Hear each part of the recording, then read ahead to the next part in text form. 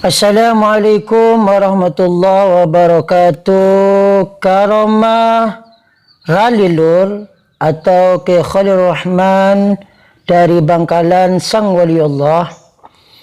Polisi pun bungkam. Pernah suatu hari di Pondok Pesantren Dembangan Barat, Kiai Khalil Rahman marah atau tukah. Pasalnya di pondok itu terdapat fotonya Pak Harto. Kala itu di depan Pondok Dembangan terdapat rel kereta api yang kebetulan saat itu banyak polisi di sekitarnya.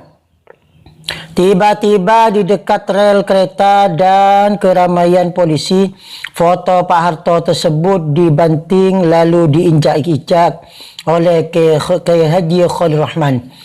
Tanpa pikir panjang, seorang polisi menangkap Kiai Haji Khalil Rahman dan dibawa ke Polres untuk disidang karena telah dianggap merendahkan martabat seorang kepala negara. Anehnya, setiba di tempat persidangan, seorang polisi yang akan menyidang Kiai Khalil Rahman tiba-tiba tidak bisa berbicara. Akhirnya Kiai Khalil Rahman diantar pulang lagi ke Dembangan. Selanjutnya menghilang di Gang Buntu. Suatu hari ada tamu yang ingin sowan ke Kiai Khalil Rahman, namun beliau tidak mau menemuinya atau bahasa Madurinya lok kasokan. Tapi sang tamu tetap memaksa ingin berjumpa, maka terjadilah kejar-kejaran antara Kiai Khalil Rahman dan si tamu. Tiba-tiba Lalilur masuk Jalan Buntu.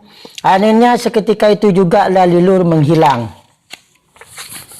Sementara tamu itu tetap menunggu lama karena Lalilur tak kunjung datang dan gagal menemui beliau. Kejadian ini terjadi di Jebuni, Kelis, Bangkalan. Selanjutnya, nasi ajaib. Suatu ketika mendadak Haji Masayu diajak bepergian oleh Lalilur. Ayo berangkat yuk. Ya Kiai, jawab Haji Masayu, yang pada saat itu perutnya keroncongan karena sedari pagi belum sarapan. Di tengah perjalanan si supir ditanya, belum sarapan yuk? Belum Kiai, balas Haji Masayu. Lapar? Tanya Kiai kembali. Ya Kiai. Akhirnya Lalilur menyuruh Haji Masayu untuk berhenti. Setelah berhenti, Lalilur bilang, ini di belakang jok ada nasi yu. Pas jok dibuka terdapat nasi bungkus besar. Padahal sebelum berangkat Haji Masayu tidak membawa atau memasukkan nasi ke jok tersebut. Kemudian sholat Jumat di tempat gaib. Suatu ketika, tepatnya pada hari Jumat, datanglah Lalilur ke Haji Masayu dan bertanya, jam berapa sekarang yu? Pukul 10.30 Kiai, jawab Haji Masayu. Oh iyalah, tanggap Kiai. Karena mungkin dianggap masih awal, Lalilur pergi lagi. Tak lama kemudian Lalilur datang lagi ke tempat Haji Masayu dan bertanya lagi, jam berapa sekarang yu? Pukul 11 Kiai, jawab Haji Masayu lagi. Oh iyalah, karena jam menunjukkan pukul 11 lebih, maka Haji Masayu berangkat ke masjid, sedangkan beliau datang kembali dan mencari Haji Masayu. Dikarenakan Haji Masayu sudah ke masjid, maka Lalilur bertanya kepada istrinya, kemana Haji Masayu? Tanya Lalilur, ke Jumatan Kiai. Oh ya, padahal mau diajak sama saya. Akhirnya Lalilur masuk ke kamar Haji Masayu dan beliau sedekap seperti orang ingin sholat. Lalu Lalilur keluar dari kamar itu karena merasa penasaran. Maka istri Haji Masayu membuntuti dari belakang dengan jarak kira-kira sekitar 7 meter. Tiba-tiba sesaat kemudian Lalilur menghilang. Selanjutnya Lalilur dan tamu misterius. Setiap malam khodam beliau yang bernama Sumar selalu mendengar beliau ngobrol dengan seseorang, seakan setiap malam beliau selalu kedatangan tamu. Sedangkan dia khaddam tidak pernah melihat ada seorang yang masuk ke bilik Ralilur. Kerana si khaddam selalu berjaga di depan bilik beliau atau Ampere, kerana dilanda penasaran si khaddam tadi memberikan diri untuk mengintip siapa tamu yang tengah mengobrol sama beliau, dan ternyata beliau mengobrol sama beberapa orang yang semuanya mengenakan pakaian serba hijau. Dan bersamaan dengan penglihatan si khaddam, para tamu yang berpakaian serba hijau itu hilang entah ke mana. Kemudian Ralilur menghampiri si khaddam dan menegur, "Mondaya heda tak usah tedung dina mulai mar. Kalau begini kamu enggak usah tidur di sini lagi, Mar."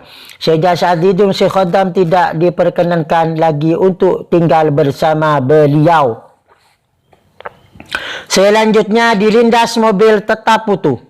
Orang-orang di desa Janti sendiri memang tidak paham jika Ralilur dengan rambut gondongnya ini adalah keturunan Aulia. Suatu ketika pada musim panen padi, di mana pada saat itu banyak orang menjemur padi dengan tangkainya.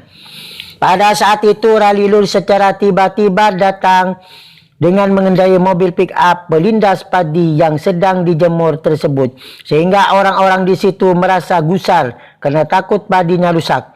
Ajaib bin ajaib, ternyata padi yang dilindas tersebut tidak rontok dari tangkainya, apalagi rusak, seakan-akan tidak dilindas oleh mobil. Sontak kejadian tersebut membuat orang-orang di desa Janti paham jika Ralilur bukanlah orang sembarangan. Meskipun begitu, masih ada orang yang beranggapan Ralilur itu orang jorok, dan bahkan ada yang menganggap beliau adalah orang gila. Bahkan suatu ketika ada orang di desa Janti ini congkak dan sombong dengan lantang menuju Ralilur itu bukanlah keturunan wali, bahkan menyebutnya sebagai orang gila. Berselang beberapa hari kemudian orang tersebut gila sendiri sampai-sampai membakar tempat tidurnya sendiri. Selanjutnya bagi sang wali waktu pun menjadi berkah. Ralilur pernah mengajak Bapak Manap, suami Mak Imah, di desa Gendol, Pandaan, jalan-jalan. Suatu ketika pada saat hari raya, Ralilur mengajak Kang Manap mengelilingi kota Bangil. Padahal Kang Manap mempunyai jadwal untuk jadi imam solat hari raya di masjid samping rumahnya. Meski dengan perasaan tak menentu, Kang Manap tetap mengikuti beliau mengelilingi kota Bangil. Setelah puas mengelilingi kota Bangil, mereka kembali ke rumah. Namun anehnya solat Id masih belum dimulai. Padahal jarak dari Pandaan ke Bangil cukup jauh. Secara logika mestinya mereka kembali siang hari. Pernah pula pada hari Jumat Kang Manap hendak mengimami solat Jumat. Akan tetapi Ralilur mengajaknya ke puncak Gunung Arjuno. Di sana Ralilur meminta kepada Kang Manap untuk mencukur rambutnya. Setelah selesai, kemudian rambut Ralilur tersebut ditenggelamkan ke dalam sumber yang ada di atas Gunung Arjuno. Setelah itu beliau merokok hingga habis satu bungkus. Anehnya ketika Ralilur dan Kang Manap kembali ke rumah, ternyata masih dalam waktu yang sama, alias masih belum dimulai solat Jumat. Padahal perjalanan menuju puncak Arjuno itu bisa hingga setengah hari, lebih-lebih dengan berjalan kaki. Tapi inilah karomah aulia, terkadang dalam waktu yang singkat bisa melakukan banyak hal kerana waktu yang mereka gunakan diberi keberkahan oleh Allah Subhanahu wa taala. Demikianlah, semoga bermanfaat. Wassalamualaikum warahmatullahi wabarakatuh.